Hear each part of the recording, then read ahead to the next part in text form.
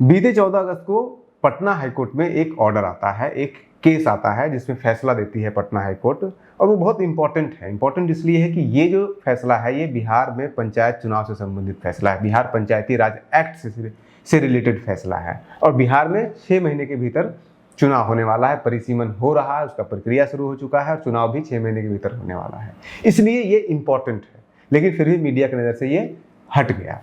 अब ये जो पूरा फैसला है ये 14 अगस्त को ये हुआ है, इसका मुख्य जो आर्गुमेंट है या फिर मुख्य जो केंद्र बिंदु है इस फैसले का वो ये है कि बिहार पंचायती राज चुनाव में जो आरक्षण लागू किया जाता है वो बिहार पंचायती राज चुनाव कानून 2006 के तहत किया जाएगा, लागू किया जाएगा आरक्षण, या फिर जो पूरे देश में या पूरे राज्य में 1991 में SC ST OBC रिजर्वेशन जो एक्ट पास हुआ था उसके आधार पर लागू किया जाएगा। ये मुख्य डिस्प्यूट था और इसी पे पटना हाई कोर्ट ने ये जजमेंट दिया है। अब इस जजमेंट में क्या क्या लिखा हुआ है इसको समझने से पहले आप ये समझ लीजिए कि ये एक्ट इम्पॉर्टेंट क्यों है, आखिर ये रिजर्वेशन इम्पॉर्टेंट क्यों है, क्या अंतर हो सकता है 1991 वाले जो एक्ट है जिसको 2003 में रिफॉर्म किया गया है और 2006 में जो पंचायती राज का एक्ट है, इन दोनों के रिजर्वेशन सिस्टम में क्या डिफरेंस है ये समझ जाइएगा तो इस फैसले को समझ जाइएगा। डिफरेंस, बेसिक सा डिफरेंस ये है कि जो SC ST एक्ट 1991 जिसको कि रिफॉर्म करके 2003 में रिफॉर्म किया गया, अमेंड किया गया, उसमें साफ साफ लिखा हुआ है कि SC ST को उसके पॉपुलेशन के अनुसार दिया जाएगा और 27% OBC आरक्षण है जो कि 50% को क्रॉस नहीं करना चाहिए। अब उसमें ऐड एक और हो गया है, EWS का 10% ऐड हो गया है तो वो 50 से 60% हो गया है। उसमें EBC का भी आरक्षण नीतीश कुमार ने प्रयास किया था जोड़ने का, लेकिन वो हो नहीं पाया, सुप्रीम कोर्ट में जाकर के वो मामला स्टक डाउन कर दिया गया तो इसलिए हुआ नहीं। लेकिन 60% रिजर्वेशन एकदम ग्राउंड पे लागू है। अब बिहार पंचायती राज क्या कहता है? बिहार पंचायती राज ने जो कानून है उसमें जो रिजर्वेशन की प्रक्रिया है, अब देखिए दोनों में सिमिलरिटी भी बहुत है। दोनों जो 2006 का पंचायती राज एक्ट है उसमें जब बैकवर्ड कम्युनिटी को डिफाइन करता है, SC ST का तो सेम है, बैकवर्ड कम्युनिटी का डिफाइन करता है तो वो साफ साफ कहता है कि बैकवर्ड कम्युनिटी का डेफिनेशन जो है वो आप 1991 के एक्ट में जाके देख लीजिए, जो वहां पे है वही यहाँ पे है। तो सिमिलरिटी भी है, ऐसा नहीं कि डिफरेंस ही सिर्फ है। डिफरेंस इसमें यह है कि पंचायती राज चुनाव कानून का जो एक्ट है उसमें रिजर्वेशन है, उसमें साफ साफ लिखा हुआ है कि हर जिले में या हर प्रखंड के अनुसार देखा जाएगा कि उस जिले में या उस प्रखंड में कितने प्रतिशत SC ST पॉपुलेशन है, जितना प्रतिशत उनका आबादी होगा उतना ही प्रतिशत उसका सीट रिजर्व किया जाएगा। अब बिहार में जो SC का पॉपुलेशन जो है, एवरेज पॉपुलेशन अगर देखिएगा तो 20% से कम ही है। SC ST को सबको जोड़ दीजिएगा तो 20% आरक्षण पूरे बिहार में दिया जाएगा SC ST को। और OBC के यानी फिर बैकवर्ड कम्युनिटी के बारे में पंचायती राज कानून में लिखा हुआ है कि मैक्सिमम, मिनिमम हो सकता है, कम हो सकता है, लेकिन 20% से ज्यादा आरक्षण बैकवर्ड कम्युनिटी को नहीं दिया जा सकता है। यानी कि मैक्सिमम 20% SC ST को मिलेगा और मैक्सिमम 20% ST को मिलेगा। 20 और 20 हुए 40, जबकि आरक्षण की सीमा है 50 है, यानी कि 10% कहीं ना कहीं सेंधमारी की जा रही है और इसको कोई ध्यान नहीं दे रहा है, इसलिए ये इंपॉर्टेंट है। दोनों में सबसे बड़ा अंतर है। अब उसमें भी अगर आप देखिएगा कि बिहार में ऐसे जिले, गया जैसा जिला है जहाँ लगभग 25% SC की आबादी है, उन जिलों को अगर आप देखिएगा तो उन जिलों में 45% हो जाएगा, 25% SC ST वाला और उसके बाद फिर उसके ऊपर से 20% जो हो जाएगा वो OBC वाला हो जाएगा। लेकिन ऐसे बहुत सारे जिले हैं बिहार में जहाँ पे कि SC की आबादी 10%, 8%, 11% है, तो वहाँ पे 40% भी नहीं जाएगा, वहाँ पे 20%, 32%, 30% में जाकर के आरक्षण अटक जाएगा। तो ये बेसिक डिफरेंस है। अब ये जो हमने हाई कोर्ट का आपको ऑर्डर दिया है इसमें बेसिकली है क्या, इसमें सीधा सा देखिएगा तो 2021 में पंचायती राज का चुनाव हुआ था। उस पंचायती राज चुनाव में सहरसा जिले के एक पंचायत है और उस पंचायत का नाम है राज सहुरिया। इस राज सहुरिया ग्राम पंचायत में चुनाव हुआ और वहां पे मोहम्मद ईसा चुनाव जीतते हैं और हारने वाले कैंडिडेट का नाम है सुभाष कुमार। अब सुभाष कुमार चले जाते हैं कोर्ट क्यों जाते हैं? कहते हैं कि ये डिस्क्वालीफाई कीजिए, इसको इस आधार पर डिस्क्वालीफाई कीजिए क्योंकि ये जो राज सहुरिया था वो EBC के लिए आरक्षित था।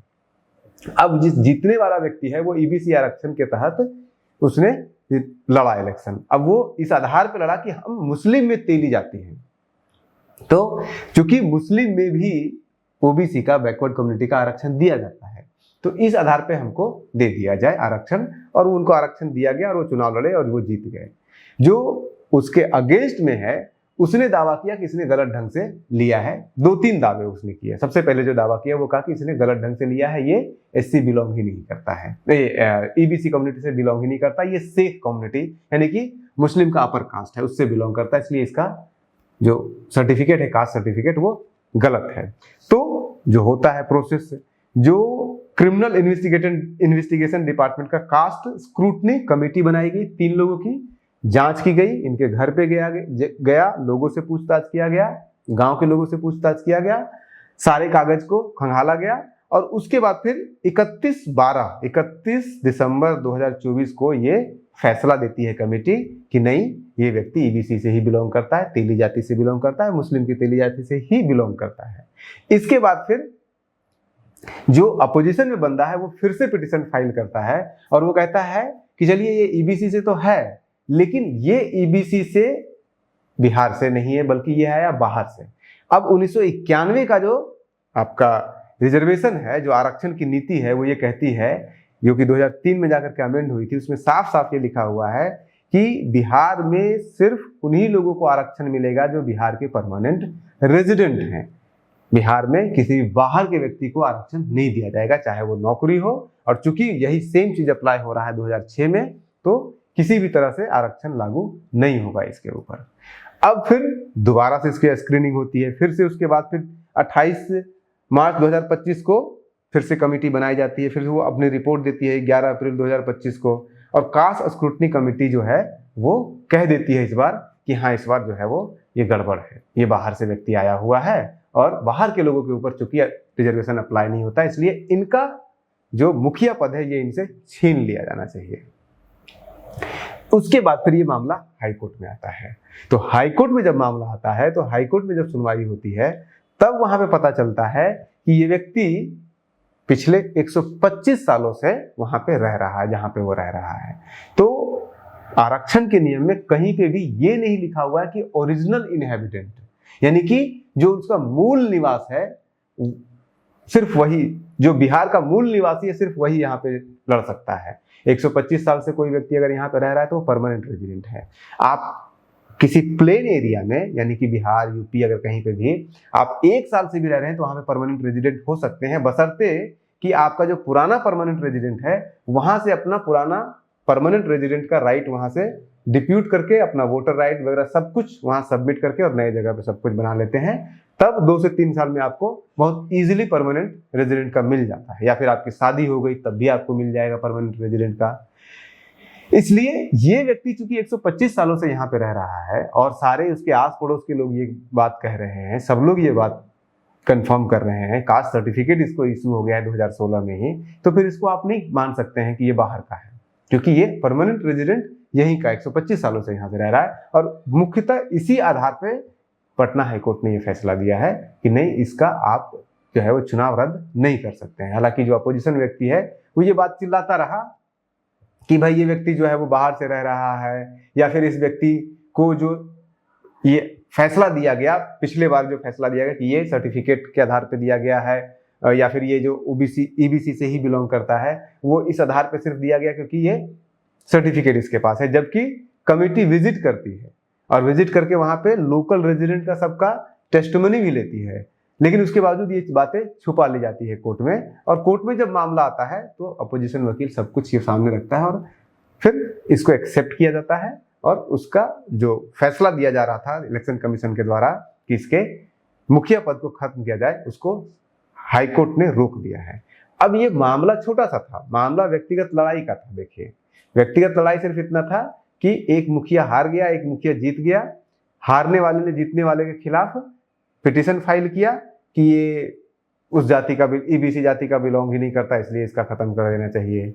ये बिहार से ही बिलोंग नहीं करता, इसलिए खत्म कर देना चाहिए। लेकिन जब उस प्रक्रिया पे सुनवाई हुई तो एक बहुत अहम फैसला पटना हाईकोर्ट ने दे दिया कि बिहार में जो आरक्षण पंचायती राज कानून के तहत लागू किया जाएगा वो लागू किसी भी कीमत पर 1991 में जो SC/ST/OBC एक्ट पास हुआ है, रिजर्वेशन एक्ट पास हुआ है, उसके आधार पे नहीं बल्कि 2006 वाले पे लागू किया जाएगा, उसके अनुसार लागू किया जाएगा। और 2006 में और 1991 के रिजर्वेशन पॉलिसी में क्या डिफरेंस है हम आपको बता चुके हैं कि 2006 वाले के तहत बिहार में 40% से अधिक पंचायती राज आरक्षण नहीं हो सकता है, और अगर 1991 का लीजिएगा तो वो 50% से क्रॉस कर जाता है। अब ये डिफरेंस आपको समझना है। अगर आप पंचायत चुनाव के बारे में लड़ना सोच रहे हैं या कुछ भी इस तरह का दिमाग है तो ये आपको ध्यान रखने की जरूरत है। आप बने रहिए न्यूज़ हंटर के साथ। नमस्कार।